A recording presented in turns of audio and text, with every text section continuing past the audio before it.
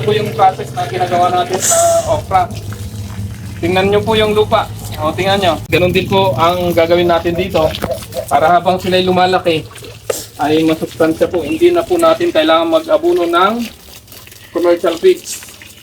Dahil naging maganda ang proseso na ating ginawa.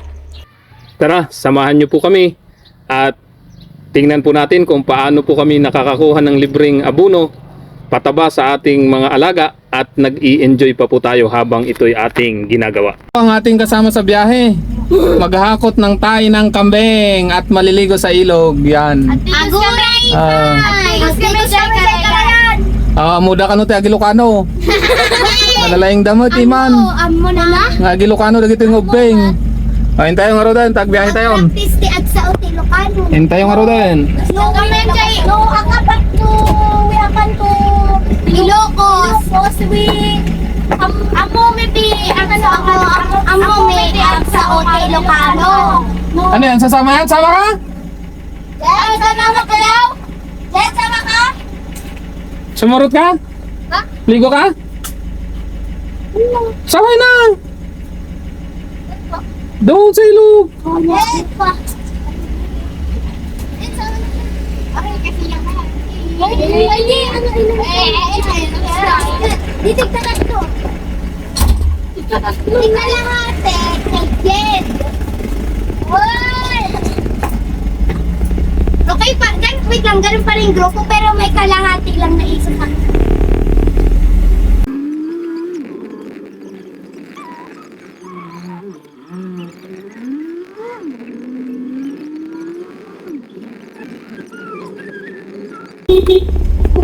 Papa na mo inter?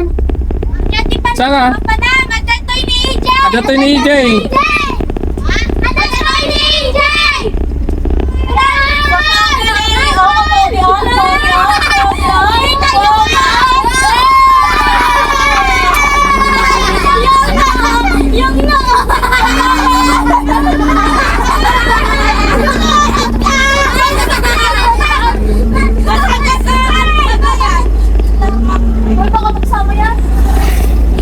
Kaya niya naman yan? Sama yan. Sakay na lang natin, okay? Sakay na natin. Sige, sakay natin. Ilagay niya dyan sa may gasolinahan. Yung bike niya.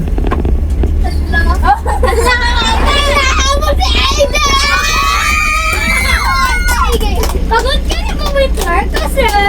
Dali na. Bilis! Bilis!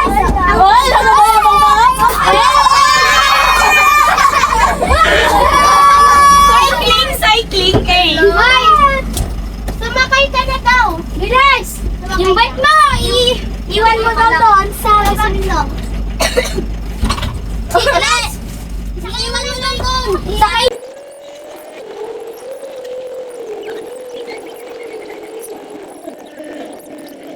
Madaming talong. Ay, perfect. Dito, saan unod daw yan? Dito. Mahulog na tayo. Nagdato ti talong ito'y. Akin na English. Kung doon, green na green. Dito, tuyot na tuyot. Parang diesel. Parang ano, Rizlan. Ilog dati ko. Ilog dati. Hindi yan ilog. Hindi ko kaya Hindi na kami nag-ilog. Nakasa naman. Yan. Ay, dito. Sa grade 4, feeling ko, napaka ano, kaiba ng, sa grade 10 po. Yung mga haircut sila, para silang mga ano, nakita mo parang mga, abag-touch ng mga tuyok na. I-straight. So guys, ito lang. Ayun na po, para po siyang desert. Ito yung tuyo na Baka maulog. Wala, may ano. Ano yung ano? Try pa ng bundok. Parang ano. Yan, andun yung ano, ayun. Parang ano. Yan na yung Mindoro Pine. Yung ano, ano. Ayan nga, yung Mindoro Pine. Ayun na, yung Oo. Di ba umakyat kayo? sabi sa'yo ay, Di ba umakyat kayo doon? pero kasi yan, hindi Naka 0.5 to. pasok ka. Yung kaya yung video sa video ha? Ay, yung ano naman, paano may panood doon? Lali, Pinos? Ha? Wow, nainis ko. Ano? Kadami na nag-react. May nag-react kasi natawa, tapos sabi ni Mama, alam mo Jess, kung ano yung nireactan nila, tapos pinakita niya sa akin yung video natin. Ano na yung kaya? Ayan, ang mga Outlet Ang kalakasan natin. Dito lang kayo magpala, banda rito. Doon, wag. At baka kayo... Teka lang, teka lang. Teka lang at ating itatali muna. Huwag muna kayo magpandon. Hindi ko lang tayo. Itatali mo pa? Takbo. Gala mo yung turning your head. In the door.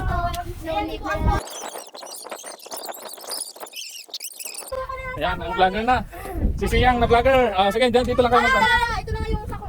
Hanggang dito, bide. Basta wag lang doon at delikado. Walk through the door. DJ! Marami pa ring manok si Kuya Dico. Baby, you light up my world like nobody else. Mga manok. Dito nakatali po ba yung isa? Ha? Nakataling parehas. Basta wag lang kayo magpunta doon. Anim ang isapan nyo ha, anim. Ay, lumalim nga, lumalim. Kaya ka na siguro yung lumot yan na ano? Ano? Magsasako po muna sila bago maligo. Bago ako nang magsako sa huli. Makasako man lang ako ng kahit 14 para 20 sako ang ating iuwi. Ano oras na? Ang oras ay 1:45. Uwi tayo ng alas 3. Yay! 2 hours ang dito. Double purpose ang ating paggala dito. Makakaligo na sa ilog. Makakaipon pa ng tayo ng kambing dito sa kambingan ni na Kuya Dick. Daming mga bata. Ilang kayo lahat? 10 pala kayo lahat eh. 9, 10. 10. Tumatang si Winter. Si Winter at si Kwan? 10. 10 kayo lahat. Yung una yung kasama sa ano. Si Ian, tumagdag si Jen. 9. Tumagdag si Winter. 10. 10. Wala kang kakapagod. 10. Kaya 6 ang inyong isasako. Ayan, ito na po ang ating mga masisipag na mga bata. Wow, oras naman ni Jen. Ganyan ang masisipag na mga bata ng San Agustin, Adventist Elementary School, mga estudyante yan. Princess lang po eh. Yan Sisipag nila Baba mo naman may lahat. Ayan na ang sisipag talaga ng mga estudyante na ito. Ang ating mga masisipag na mga bata taba ng lupa Sahi po yan ng kambing Ayan Narinig niyo yun? Kagaganda ng lupa na ating ilalagay sa ating garden. Garden Eden.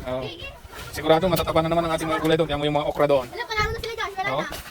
Dami, unlimited na mga tayo ng kambing ito. Dito. Paano mo dito? Ano? Sandali lang. Kasi sipag naman ng mga bata na aray.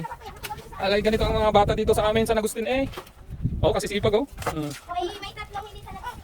Ayun. Ikaw, si AJ. Si Isabel. Ay, si Ay, bao. Ito. Saka dito naman nakalipin. Katapa ng lupa Asos. Kaganda ng lupa na to. Kaya ako yung willing kumuha dito dahil kitang-kita naman sa ating garden. Okay lang yan, maliligo naman. Malas. Hindi naman yan laso. Maganda tayo kaysa ihi kapag may nag-ihi. Maliligo naman kayo. At saka tayo, guys. Ako na kailangan. Sipag talaga ni Gian, Yan si Gian. Hoy. Anak yan ng pastor. Kaya masipag talaga, anak ng teacher at pastor yan. Ito naman si Sabil, Okay pa siya sa bel? Hoy, Isabel, ikaw naman magkakot. Kanina ka pa dyan. Magjowa ba kitang dalawa? Ako. Yes, upload. Si Winter naman, si AJ. Hala! Kagwapo naman ni Winter ay. Wala ko sa saan pa yung winter. Naman naman ako. Ito si Winter Pa naman. Pwede po pa dasay. Pwede. Tapos na kami. Bigyan mo lang kami ka. Magdagdag pa kayo kasi kulang yan.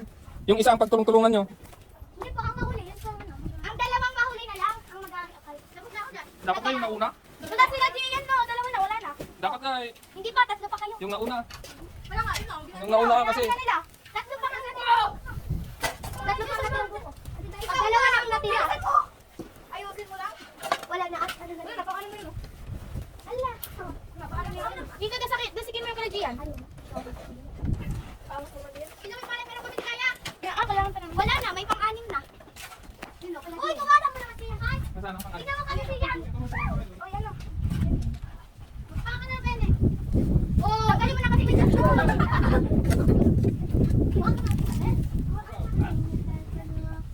Yung ano kasi diyan, yung bawang yung pang ano mo. Ay, nakapuli na ko siya. O, siya. Ayan. Nag-i-enjoy ang mga bata sa pagsasako. Malapit na Ang aming kontrata na 6 na sako ay may ipon na nila. Dadagdagan ko pa ito ng 14. Okay na, tapos na. Ayan. 1, 2, 3, 4, 5, 6. Okay. Tara na. Ligo na. Meron pa pala doon. Tulungan nyo muna yun. Hindi pa pala napuno yung last doon. Tulungan nyo muna para mabilis. Para kayo makaligo na. Ang oras ay alauna pa lang. Ay, 2 oras pala kayo maliligo. Yeah, wala na. Eksakto. Sipag ng anak ni Ate Marife, oh. Kita mo na yan, oh. Nakailang kain na. Ay, sumisipag pala pag nakakakain ng tae. Oh, nakailang kain ka na. Uy, ano na kasi, isip niya kain na rin siya. Kaya sabi niya, tulungan ko na yung mga kapatid ko. Diyan, bawal makuha dyan. Ba't ang layo mo dyan, oh, dyan? Layong. Dyan, ang dami dyan, oh. Dyan. Okay, next. Next class ako. Ito na yan. Oh, ito na sila. Takbuhan na. Sa kalsada. Ay, sa kalsada, sa ilog. Maliligo na ang mga ito. Enjoy lang. Enjoy. Ako'y maliligo din mamaya pagkatapos magsako ng 14 pa na sako. Ayan.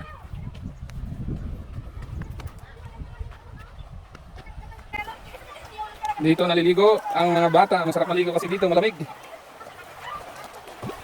Malamig. Ang liguan sa ilalim ng puno. Ayan, oh. Ayan na. Kalamig ng tubig. Kalamig ng tubig ang 10 mga bata. Ayun, ang dalawa. Natakbo na.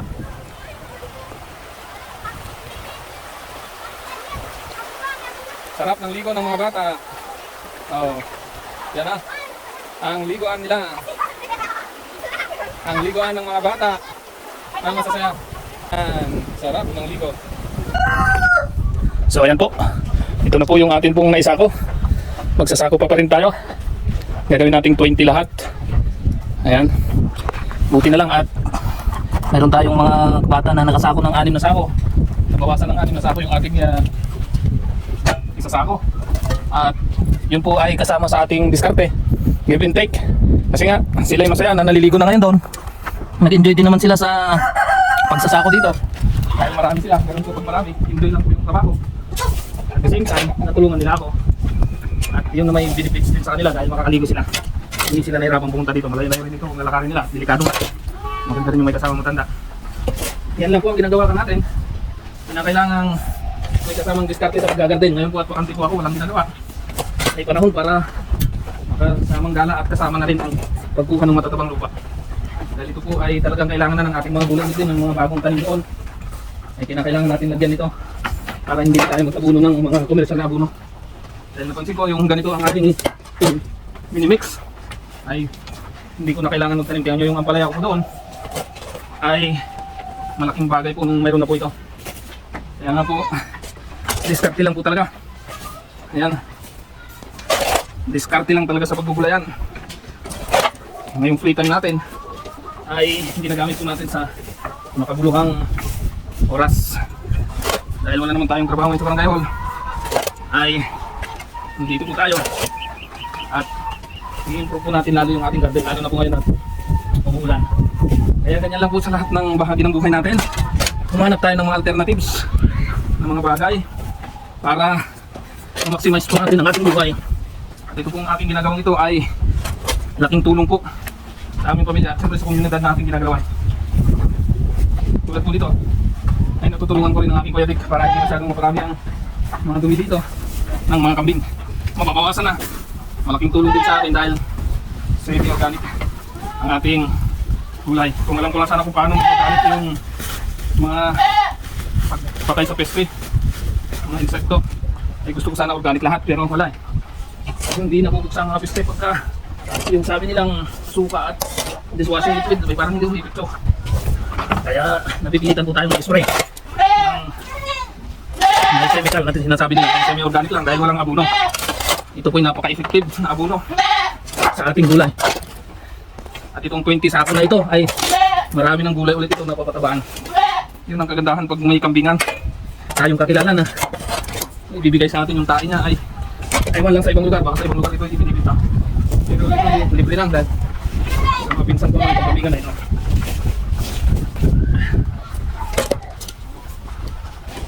At ang taba na po. Ito po ay nasubok na natin. Ilang beses na tayong kumuha dito.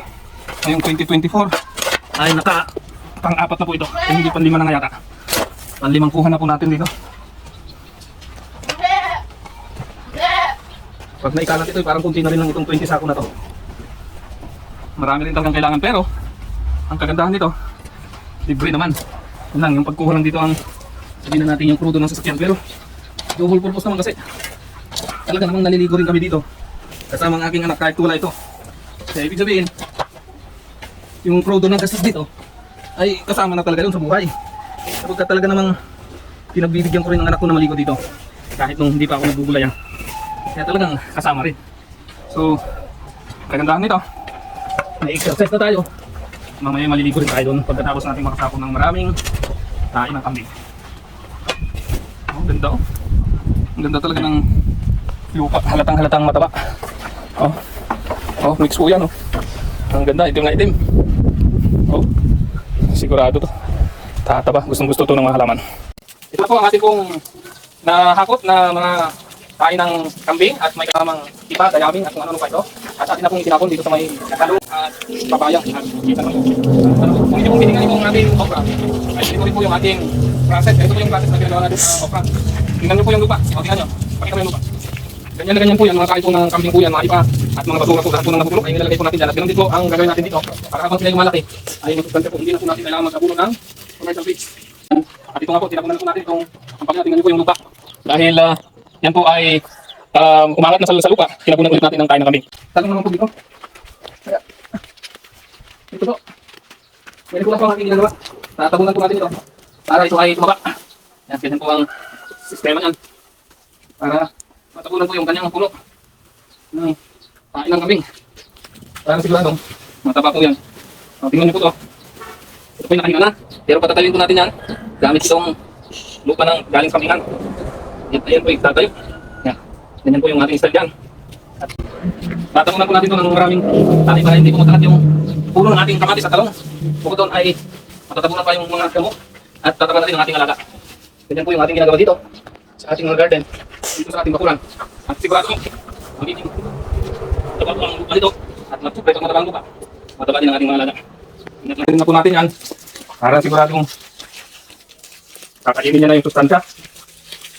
Hindi na para tayo nakabihis dahil naligo rin tayo kanina sa ilog. Kung tayo kumuha, nasa 20 kabans po na tayo ng kambing ang ating nakuha. So baka hindi po yung masyadong puno. Pero at least, madami na po yun. Katulad dito, isa na po agad ang pumunta po dito. Isang punggos at isang maliit. Talagang ito nabawasan ko na yung kanina. Doon sa likod. Ganyan po at sigurado ko po, malalaki po ang magiging bunga nito. At matataba dahil yung mga okra natin, mga patulan na namunga na po, ay ganito ang ating ginawa. Bakit kailangan mong mag-subscribe sa channel Moto? Ang channel Moto ay nagsishare ng mga video tungkol sa pakikipagsapalaran sa buhay. Kaya channel Moto dahil ito ay para sa iyo upang makarelate ka na hindi ka nag-iisa kapag may problema ka. Dahil may mapapanood ka dito ng mga video na nagpapakita na may problema ang bawat tao. Pero pwede natin gawin itong stepping stone para magtagumpay. Kaya't may inspire tayo upang makamit natin ang tunay na kaligayahan. Ang channel Moto ay may tawagang kasabwat sapagkat ang nais natin ay gawing positibo ang mga inakala nating mga negatibo, katulad ng salitang kasabwat. Pangkaraniwang ginagamit sa negatibong sabwatan. Pero hinihikayat ko po kayo na tayo ay magsabwatan upang patuloy na umunlad ang ating buhay. Gawin natin positibo ang lahat ng mga bagay na nangyayari sa ating buhay.